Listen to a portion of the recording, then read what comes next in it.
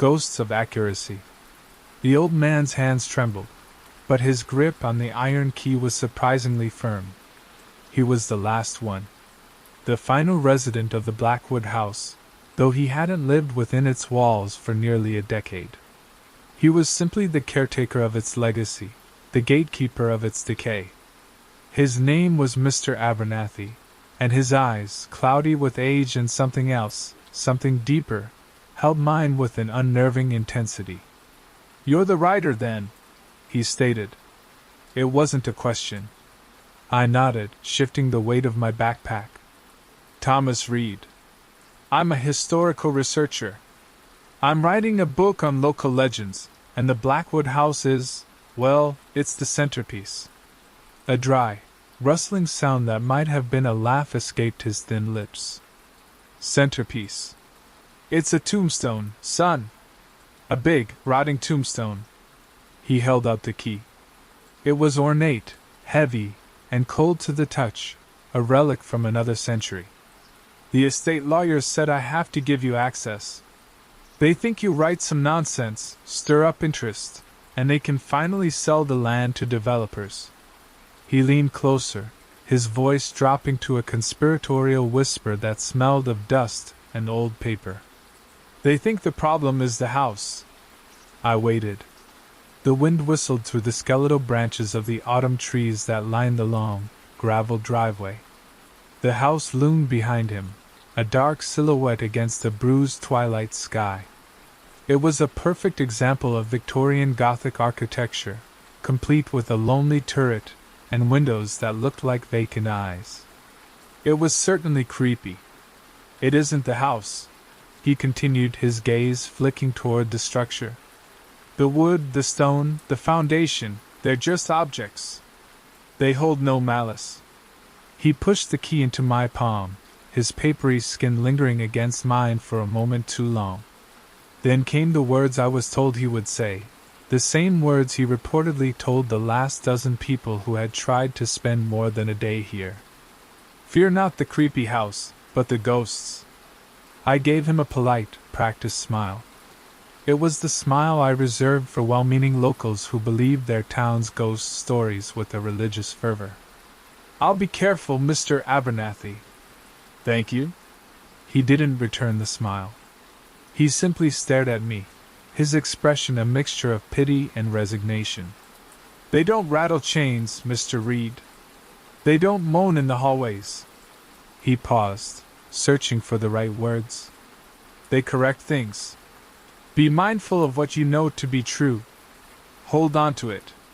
With that, he turned and shuffled away down the driveway, a frail figure swallowed by the encroaching shadows. He didn't look back.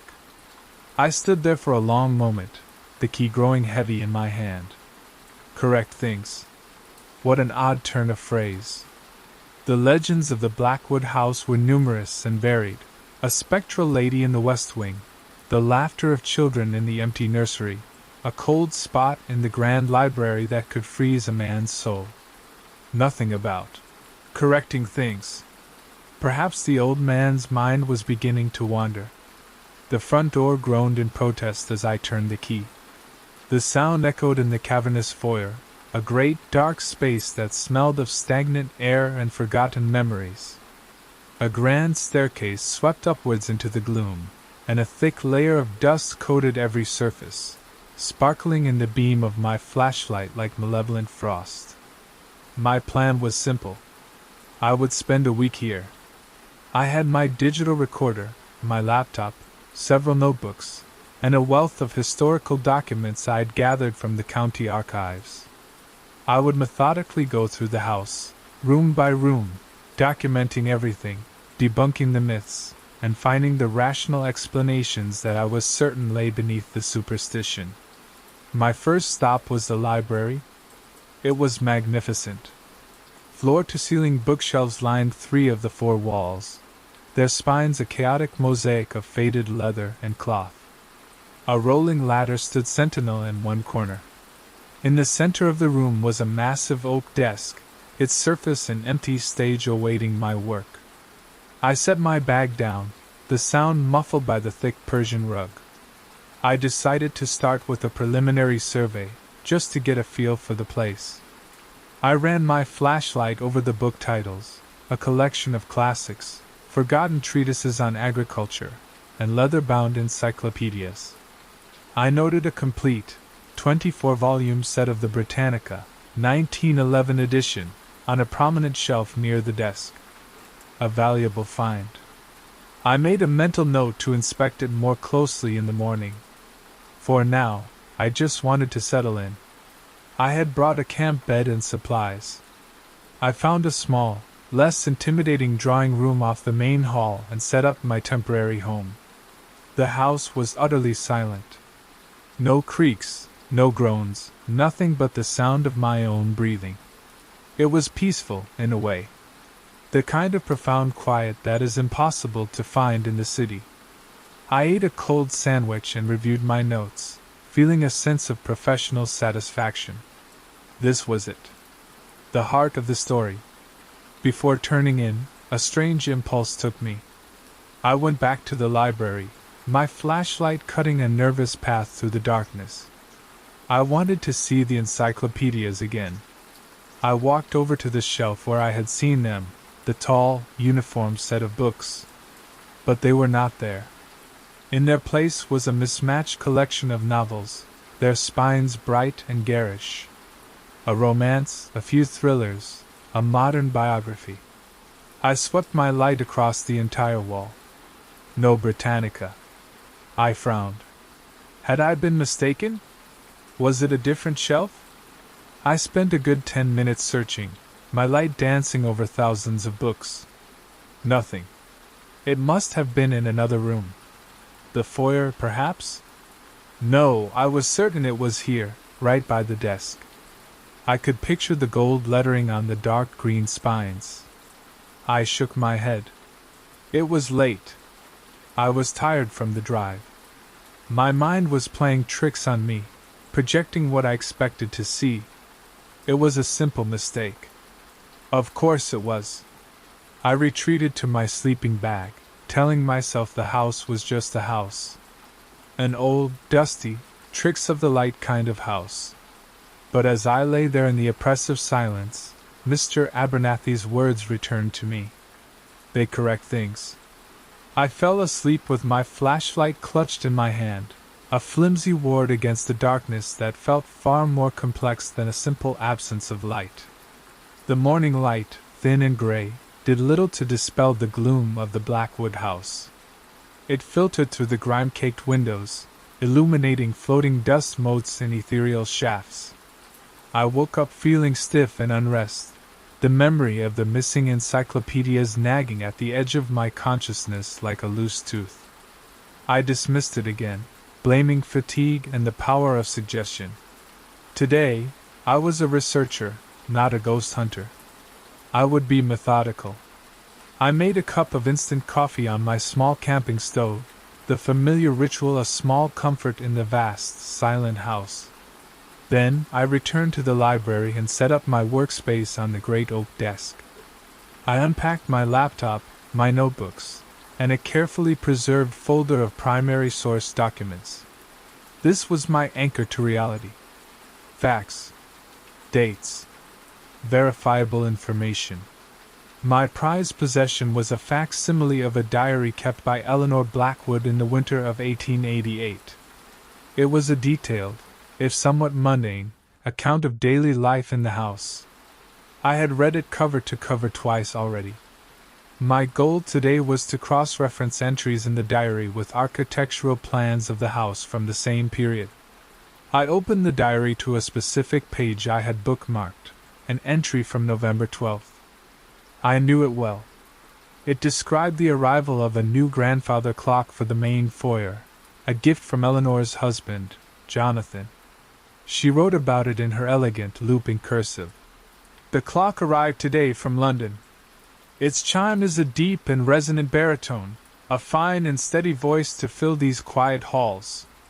Jonathan has placed it at the base of the grand staircase, where its handsome face may greet all who enter.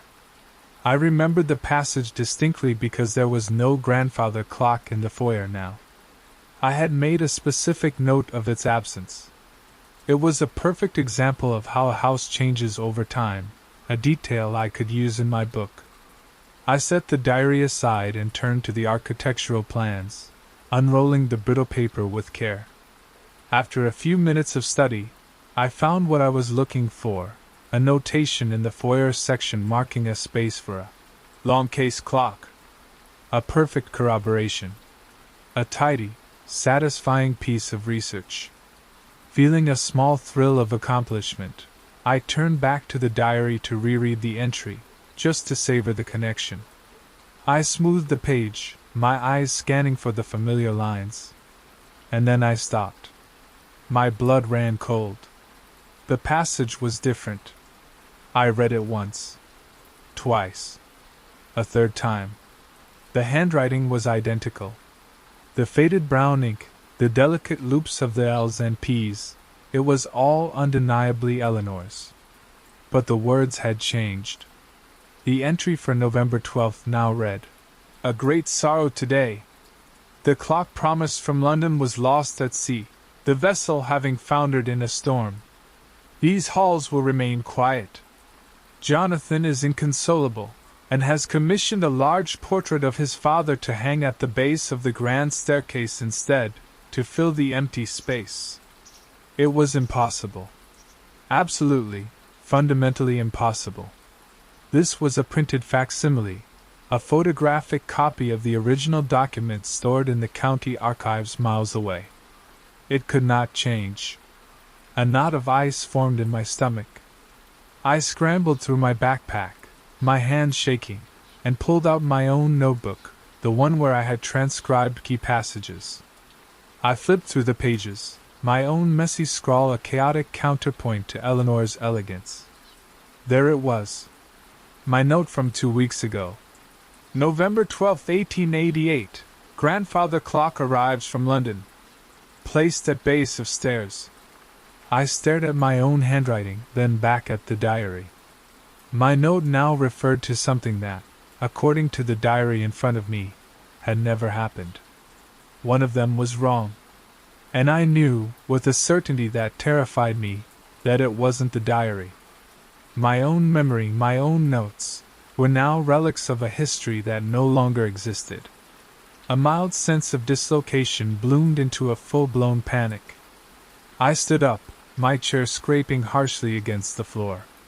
The sound was obscene in the silence. I had to test this. I had to be rational. I grabbed a pen and one of my fresh, empty notebooks. I opened it to the first page and wrote, in clear, block letters, "My name is Thomas Reed. I am a writer." I placed the notebook in the very center of the desk, the pen beside it.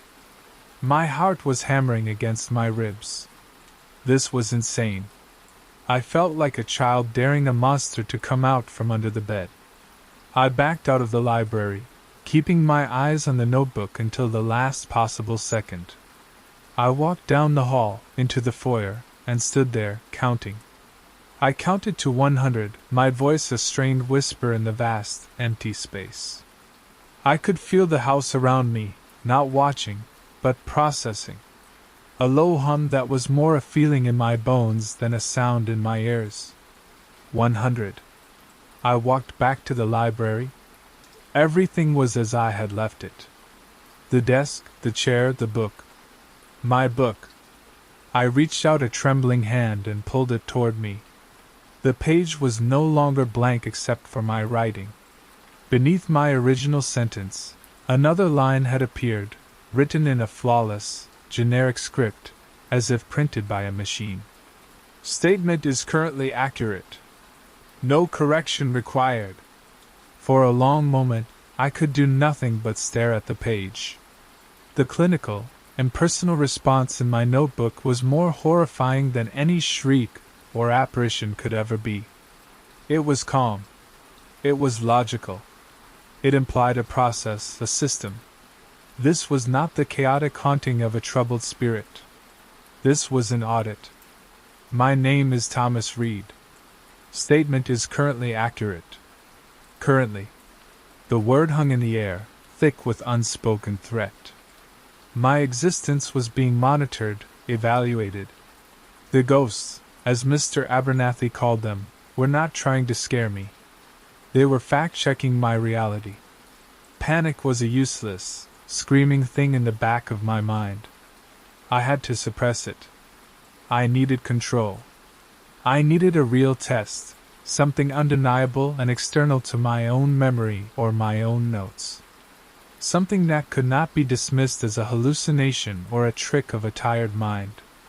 I needed to establish a baseline truth and see if they would, or could, change it. I left the library, the notebook with its terrifying addendum still open on the desk. I walked through the house, my footsteps echoing. I was searching for something simple, something physical and self-evident. In a dusty upstairs bedroom, I found it. A small, wood-framed window looked out over the overgrown back garden. The window was made of 12 individual panes of glass, arranged in a 3x4 grid. One of the panes, in the bottom right corner, was cracked, a jagged line running from the edge to the center like a frozen bolt of lightning. Perfect. I went back downstairs to the library. My hands were surprisingly steady now. The fear had not vanished, but it had crystallized into a cold, determined resolve. I took a fresh sheet of paper from another notebook. With the same pen, I wrote a simple, declarative statement. This small window in the north bedroom has 12 panes of glass. The bottom right pane is cracked. There. A fact. A solid, verifiable, physical fact about the house itself. I folded the paper in half, then in half again. I needed to isolate it. I looked around the library. My eyes landed on a heavy, leather-bound book on the desk, a dense tome on 19th century botany. Its cover was thick, its pages dense. I opened it to the exact middle, placed my folded note inside, and closed the book. Then, for good measure, I placed a heavy, brass paperweight shaped like a lion on top of it. A fortress for a single sentence. I did not trust myself to stay in the room. The feeling of being observed, of being processed, was too strong. I needed to create distance. I walked out of the library, down the hall, and through the main foyer. I opened the massive front door, its groan a familiar complaint, and stepped out into the crisp autumn air. The world outside the house felt blessedly normal. The wind was just wind. The rustling leaves were just leaves. I walked the length of the gravel driveway, my boots crunching a steady rhythm, all the way to the rusted iron gates. I turned and looked back at the house. It sat there, silent and brooding, giving away none of its secrets. It looked like any other neglected old mansion. I stayed outside for what felt like an eternity, but my watch told me was only 20 minutes. My mind raced. What was I dealing with? An entity?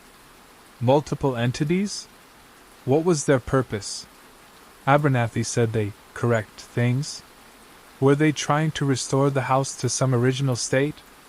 If so, why change a diary entry about a clock that was lost at sea? That seemed to be a historical fact now. It felt more like they were enforcing a single, approved narrative.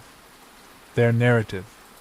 And anything that contradicted it, a memory, a photograph, a note, a person, was an error to be fixed. The thought was chilling. I was in error. Finally, I could wait no longer. I walked back to the house, my heart beginning its frantic rhythm once more. I stepped inside, closing the door behind me. The silence washed over me again, heavier this time. I walked to the library. The room was exactly as I had left it. The book sat on the desk, the brass lion still guarding its contents. Nothing seemed disturbed. I took a deep breath. I lifted the paperweight. I opened the book. My folded note was still there, nestled between pages describing the reproductive cycle of ferns. I picked it up. My fingers trembled as I unfolded it. The paper was no longer blank save for my handwriting. My sentence was still there, but it had been edited. The ink was the same shade of blue, the pressure of the pen identical, but my words had been altered, seamlessly. It now read, "The small window in the north bedroom has a single, unbroken pane of glass." I dropped the paper as if it were burning. I sprinted from the room, taking the grand staircase 2 steps at a time. I scrambled down the upstairs hallway to the north bedroom and threw open the door. I stared at the window. It was a single, clear, perfect sheet of glass, set in the old wooden frame. There were no grids, no 12 panes. There was no crack. It looked as if it had always been this way. I could see the overgrown garden through it, every detail sharp and clear. I stumbled back, my hand flying to my mouth. It wasn't just my note that had been changed. The house itself had been changed to match. The revision was not on the paper. The revision was in the world. They hadn't just altered the record of reality. They had altered reality itself. I leaned against the wall, sliding down to the floor. The polished wood was cool against my back. I looked at my hands, at my legs. I was a collection of facts and memories. My name. My past. My reason for being here. How long before they decided that I, Thomas Reed, was a historical inaccuracy that needed to be corrected. The world had tilted on its axis. The solid ground of fact and memory had given way to a churning sea of uncertainty. The window was the proof. It wasn't just my mind, it wasn't just the documents. The very bones of the house were subject to this silent, terrifying revision. My research, my book, my methodical debunking, it all seemed like a joke now. I was a fly caught in a web, and the web was reality itself, being respun around me moment by moment. My first, primal instinct was to flee. I ran. I scrambled down the stairs, not caring about the noise, not caring about anything but the front door and the world beyond it. I grabbed the heavy brass handle, turned it, and pulled. The door swung open with a groan. I burst out onto the porch, gasping for the clean, cold air, expecting to see the gravel driveway, the skeletal trees, the path to the gate. But that is not what I saw. Where the driveway should have been, there was only a dense, impenetrable forest. Towering, unfamiliar trees with black bark and twisted limbs grew right up to the edge of the porch steps. There was no path. No gate. No sign that any world existed beyond this suffocating wall of ancient woods. The sky above was a strange, uniform color of slate, with no sun and no clouds. It was a painting. A backdrop. It was wrong. I stumbled backward, my mind reeling. They had edited my escape route.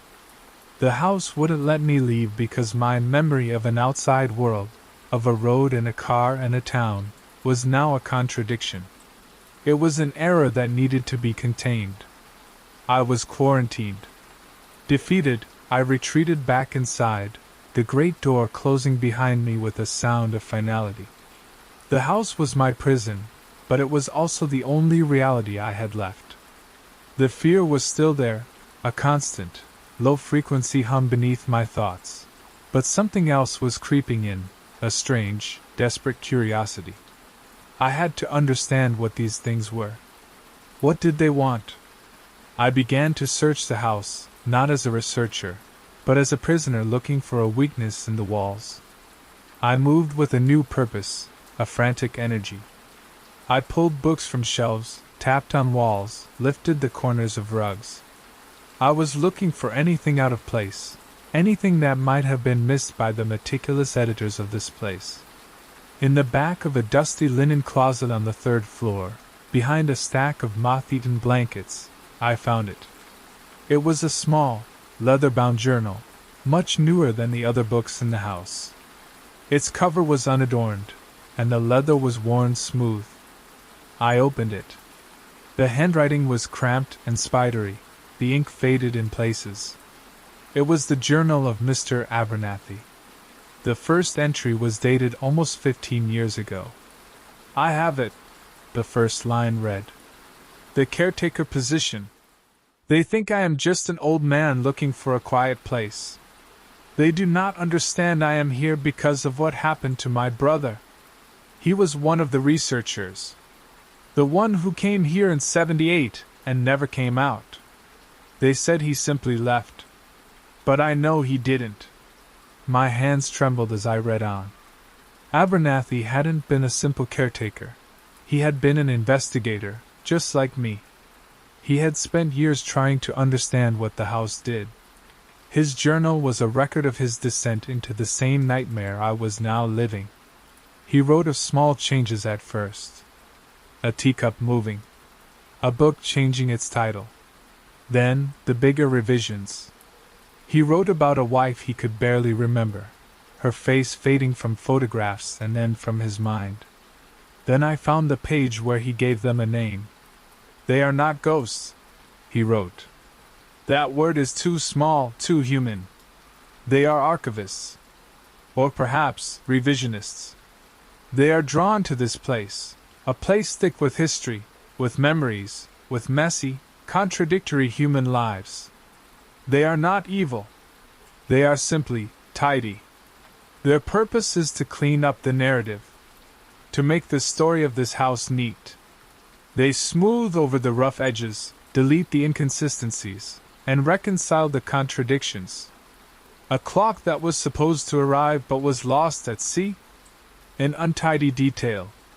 It is cleaner for it to have never been ordered at all. A researcher who uncovers this process, and whose memory contradicts their clean version. A glaring error. A cold dread washed over me as I read the final entries. They were disjointed, filled with panic. They are working on me now. I can feel it. Little things. The name of the street I grew up on is gone. Was my mother's name Margaret or Mary? I can't be sure. I write things down to remember, but when I look back, the writing has changed to match their story.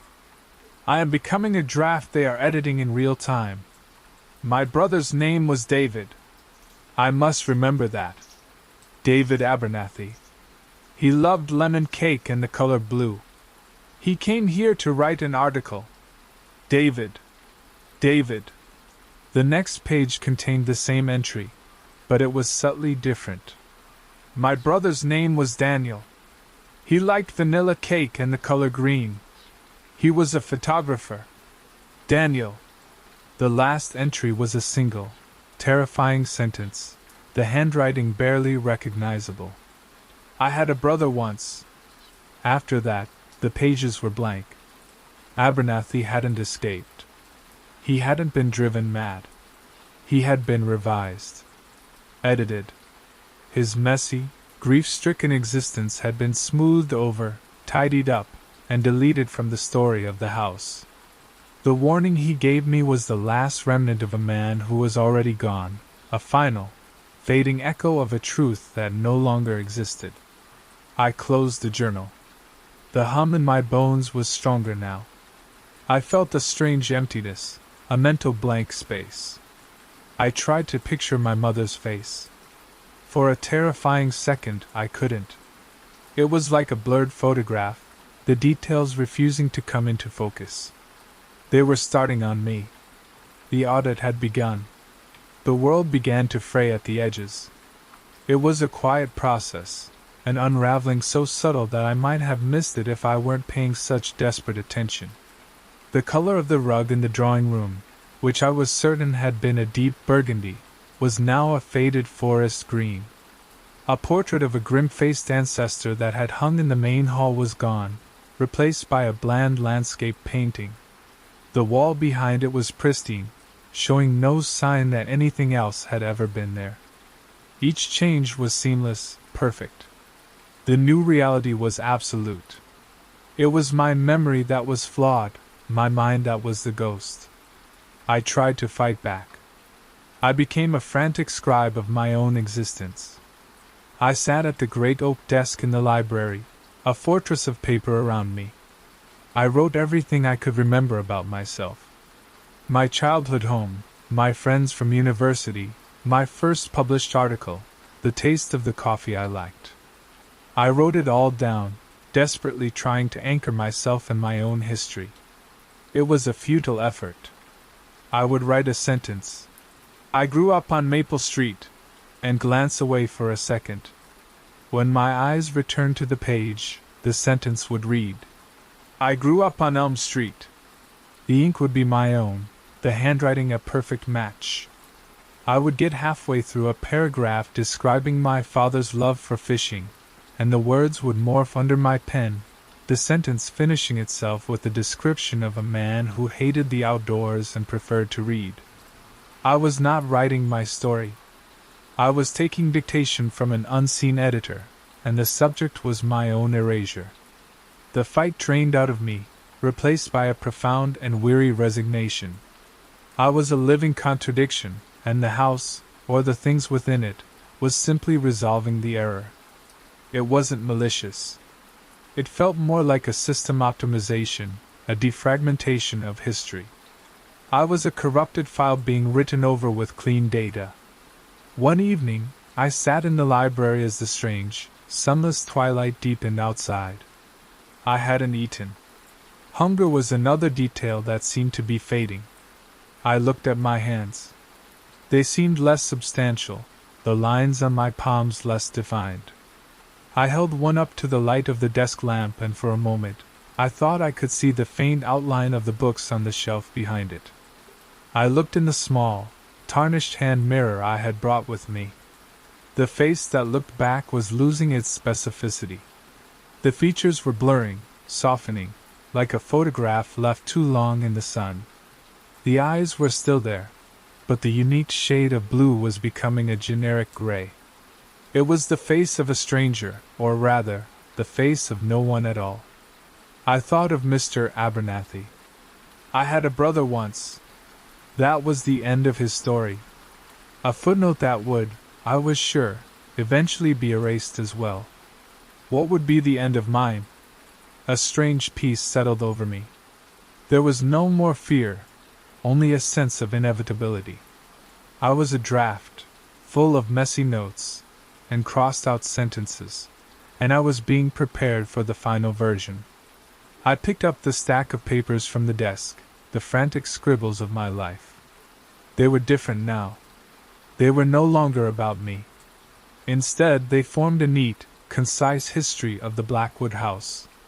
It was a pleasant history, full of tea parties and happy children and long, peaceful winters. There was no mention of any legends, no disappearances, no spectral ladies or lost clocks. There was no mention of a researcher named Thomas Reed. It was a clean story. A good story. I felt a final, gentle pull, like a tide going out. The weight of my memories, the burden of my identity, it all just lifted. It didn't hurt. It was a release. The last vestiges of who I was, my name, my ambitions, my fears, all dissolved into the profound silence of the house. I was an anecdote that had been told and was now forgotten. The room was still. The house was quiet. It was a perfect, preserved piece of history. A place of peace.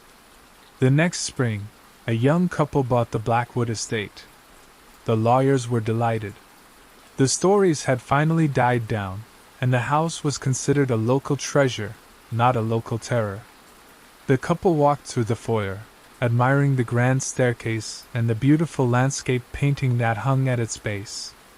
They found the library magnificent, filled with wonderful old books.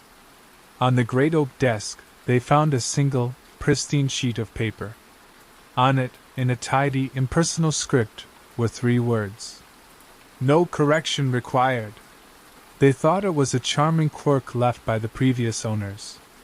They felt no fear in the house. There was nothing to be afraid of. There were no ghosts in the Blackwood house. The story was finished. The narrative was clean,